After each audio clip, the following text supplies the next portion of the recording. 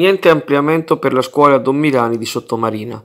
Il comune di Chioggia infatti non ha avuto accesso ai fondi regionali stanziati dal piano triennale per l'edilizia scolastica dopo averli regolarmente chiesti nel maggio scorso.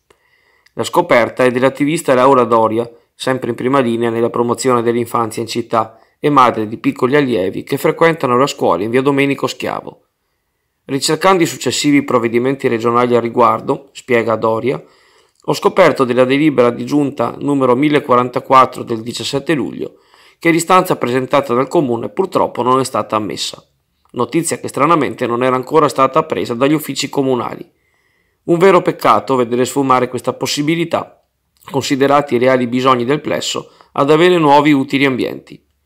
Il progetto comunale, per una spesa di 347.000 euro, era mirato al tamponamento di parte del portico esistente, in maniera da ingrandire la mensa ubicata al piano terreno e a ricavare 5 nuove aule al primo piano da adibire anche a laboratori. Rimane una speranza invece per l'ampliamento della scuola primaria Mario Merlin di Ridotto Madonna, per la quale i lavori sono stati inseriti nel piano triennale delle opere pubbliche del comune, in calendario nel 2019, con importo di 450.000 euro. Gli spazi non sono sufficienti anche in questo caso. La stessa Doria chiederà un incontro all'amministrazione per conoscere le reali possibilità di concretizzare i lavori necessari e già domani mattina raccoglierà le sottoscrizioni dei genitori in tal senso davanti alla scuola Merlin, all'ora dell'ingresso dei bambini. Buongiorno a tutti, gli insegnanti della scuola primaria Paolo VI vi invitano all'Open Day giovedì 22 novembre alle 14:15. Vogliamo farvi vedere la scuola mentre i bambini stanno imparando. Vedrete come lavoreranno per l'apprendimento della scrittura, come lavoreranno per l'apprendimento del linguaggio nei piccoli gruppi di scienze, vedrete l'inglese e vedrete anche un'attività di coding. Vi aspettiamo!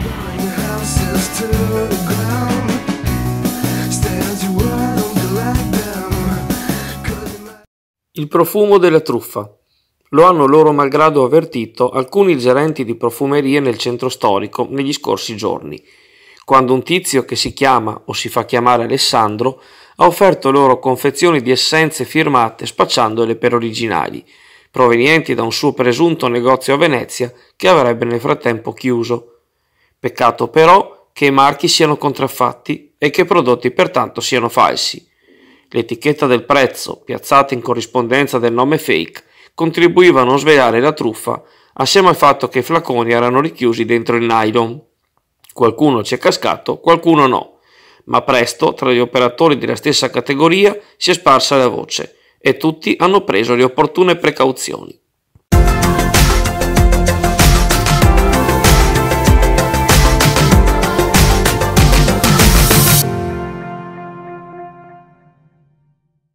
Dopo gli interventi di adeguamento funzionale del pontile per l'accesso via acqua, realizzati ai primi di ottobre, da oggi sono in calendario altre operazioni a Forte San Felice, le ultime nell'ambito della collaborazione con il FAI per l'iniziativa I Luoghi del Cuore, destinati a migliorare i percorsi di visita. Nello specifico, i lavori consistono nella realizzazione di un belvedere verso la laguna, sul bastione accanto alla palazzina di comando, con scalinata di accesso al terrapieno e la sua messa in sicurezza, la delimitazione dei percorsi di visita, la realizzazione dei cartelloni e la continuazione dello sfalcio dei trattamenti di pulizia del verde per una migliore visibilità degli edifici storici. Il progetto complessivo, anche con accesso via acqua, prevede lo stanziamento di 30.000 euro così ripartiti, 10.000 provenienti dall'amministrazione comunale e 20.000 dal Fondo Ambiente Italiano. Lo scorso 16 ottobre si è segnato un altro passo decisivo per il Forte, commenta il vice sindaco e assessore all'ambiente Marco Veronese, perché si è raggiunto il primo obiettivo previsto dal protocollo d'intesa tra i ministeri e il comune di Chioggia, firmato il 18 gennaio, e cioè il passaggio della titolarità di gran parte del compendio dal demanio militare al demanio marittimo lagunare, che è di competenza del Ministero delle Infrastrutture. Inoltre, siamo riusciti a portare a termine con largo anticipo questi interventi di riqualificazione, la cui scadenza dal progetto FAI era fissata al dicembre 2019.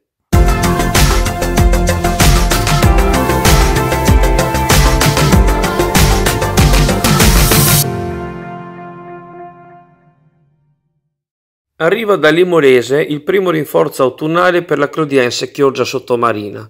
Si tratta dell'attaccante Marco Tattini, 28 anni proprio oggi, svincolatosi pochi giorni fa dalla formazione rossoblù. Formatosi nelle giovanili del Cesena, con il quale vanta anche 2 presenze in Serie B, Tattini è una punta esterna veloce che ha realizzato anche un gol contro la Clodiense nel campionato 2014-2015. Non quel che si dice uno sfondareti, 11 gol in 75 presenze nella quarta serie, 2 reti anche in Lega Pro, ma la speranza è che proprio a Chioggia il giocatore trovi la sua realizzazione. Intanto ha già sostenuto il primo allenamento con i nuovi compagni. Resta ora da capire quale posto troverà nello scacchiere offensivo di mister Vittadello, impegnato peraltro a preparare la squadra nella difficilissima trasferta di domenica a Carlino in Friuli.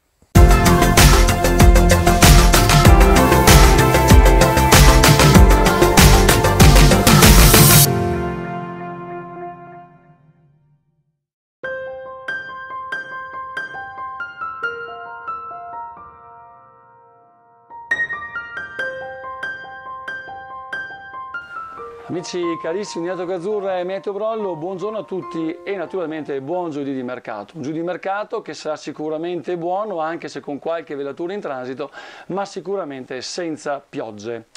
Ritorna in sella dunque una situazione tipicamente autunnale, fatta di temperature comunque abbastanza miti e da perturbazioni che vanno e perturbazioni che vengono.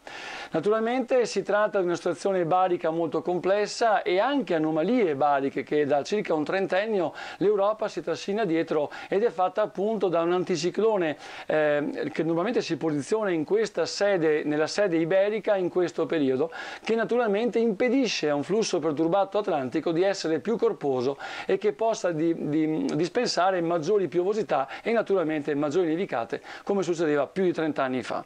Ma questo lo spiegheremo meglio domani. Dunque oggi è una giornata di pausa, una pausa abbastanza asciutta, temperature come vi ho detto abbastanza miti, da qualche sprazzo di sole nel pomeriggio sera, ma attenzione perché perturbazione che viene, perturbazione che va, domani sarà una giornata ben diversa. Una perturbazione legata a una depressione in sede atlantica tende a muovere verso est lentamente, ma in maniera decisa verso anche le nostre regioni. Prima abborderà il sud Italia e il centro Italia e poi abborderà naturalmente anche il centro nord dell'Italia, favorendo delle piogge e anche delle nevicate, però a quote questa volta abbastanza elevate, tra i 1200 e i 1400 metri. Questa perturbazione dovrebbe essere abbastanza intensa, favorita anche da venti scirocali, senza naturalmente la bora, e quindi portare con sé una buona dose appunto di maltempo. La stessa perturbazione la troveremo ancora decisa nella notte su sabato, qualche piovasco anche su sabato, ma sabato sembra rimettersi un pochino al meglio. Poi ancora qualche ora di pausa e probabilmente la domenica sera nuovo guasto del tempo, ma lì ne riparleremo ovviamente domani. Quindi tutto sommato una giornata discreta in attesa di altri spunti piovosi e perturbati. Ciao a tutti!